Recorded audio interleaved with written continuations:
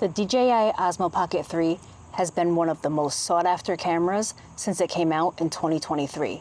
But is it really worth all the hype? In today's video, I'm going to share with you my experience with owning and using this camera and hopefully give you some insight if you're planning on getting this camera for yourself.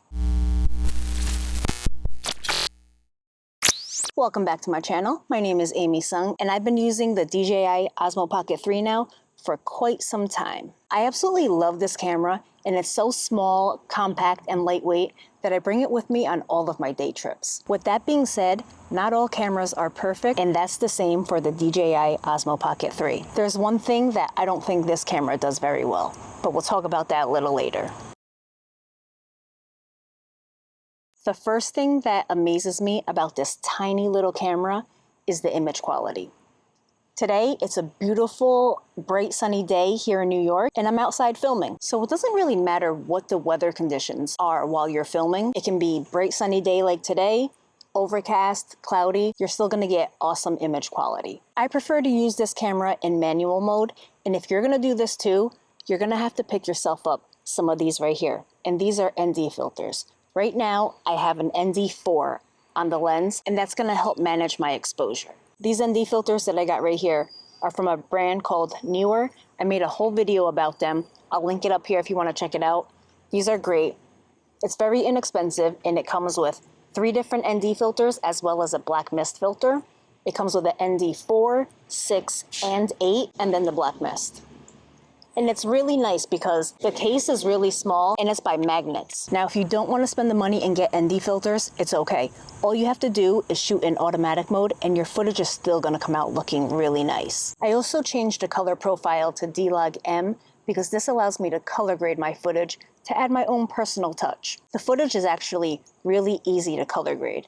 I made a video on an easy color grade for the DJI Osmo Pocket 3. I'll link that in the description down below if you want to follow along to see how to color grade. Keep in mind though, if you do decide to shoot in the log profile, which is D-Log M, you're gonna need to convert your image to Rec 709 after you import it into your video editing software. But it's really easy to do. I walk you through it in that same video that I have linked down below. DJI offers a free conversion LUT on their website that I'll also link down below so you can grab. Once I apply the conversion LUT, I do think the image comes out a little too sharp or digital looking, so I like to lower the opacity down to about 70%, and then it looks really nice. And once you're done doing all that, you're ready to color grade. And if you're new to color grading, don't worry. Like I said before, I made that quick little video on an easy color grade, and it includes a free LUT. I'll also link that down below so you can grab it. The next thing that I think is really great about this camera is the audio quality. The in-camera audio is definitely usable if you're in an environment that isn't too noisy. Right now, I'm outside. I can hear dogs barking down there. I hear cars going by, so it wouldn't be the ideal scenario to use the in-camera mic. But I suggest if you're getting this camera, go ahead and grab the Creator Combo because it comes with the DJI Mic 2, and this pair together is perfect. With the Mic 2, the sound quality is much clearer. There's a direct Bluetooth connection so you don't have to mess with any wires. There's no need to plug in a receiver, and it's still an extremely small, compact setup for filming. Keep in mind though, you might have to play around with your gain settings. I did have to turn the gain up on my transmitter to about +7. Of course, there's different variables here. It's gonna depend on how close you have the mic to your mouth and your voice. If you have a lower voice, deeper voice, or a higher pitch voice. A really easy way to check to make sure that your volume is good, all you have to do is put the mic where you're gonna be using it, speak normally, and watch the audio meter on the front of the LCD screen. You don't want it to go into the red because then you're gonna be clipping your voice, but you do want the bar to go up about 75%. You can hit the link button on the side of the microphone and it's gonna start and stop recording. That's gonna save you from having to reach for the camera, especially if you're gonna be further away. You can also use the Mic 2 to record backup audio, and this audio file is gonna be really good quality because it's gonna be in 32-bit float. The Mic 2 audio also syncs with the footage in camera. All you have to do is enable it in camera, and it's really easy to do so.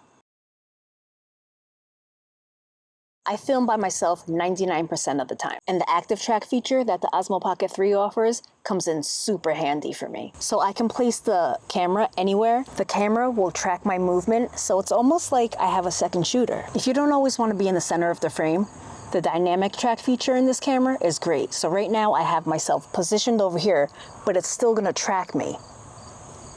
And you can literally position yourself anywhere. The one thing that I did notice with the active tracking is if you're too close to the camera and you move around, the movement feels a little bit jerky.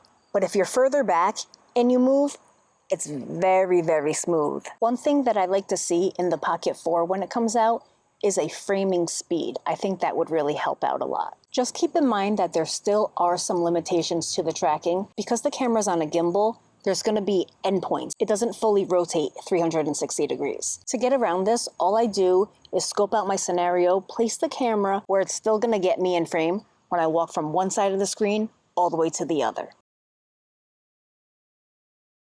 Another thing that's really great about this camera is the battery life. I've never actually run out of battery power the way I film. I generally film in short clips, so I'm starting and stopping my video quite often. The battery is also going to depend on your camera settings. I shoot in 4K 24 frames per second all of the time. And by shooting this way, I've never even run out of power where I had to attach the extended battery grip.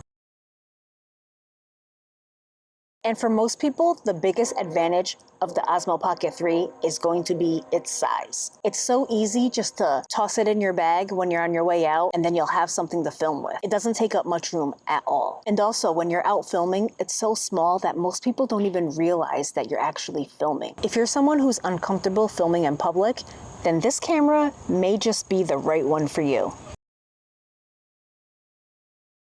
So back in the beginning of this video, I mentioned that there's something that I don't think this camera does very well. Now you may argue this, but I just haven't found my footage to be good at all when I'm filming in low light. This camera actually has a low light shooting mode, and I found that when I use it, my footage just comes out super digitalized, and I don't like the look of it at all. But again, that's just my opinion. I still have to play around with color grading night scenes, but for the most part, I just haven't found it to be good in low light. I've watched many other YouTubers saying that it's a great camera for low light. I just haven't had the same experience. If you've had really good luck with low light filming with this camera, please drop a comment down below. Let me know what I'm doing wrong. Another downside to this camera is it is not weather sealed. So if it's raining outside, I'm not gonna be shooting with this camera.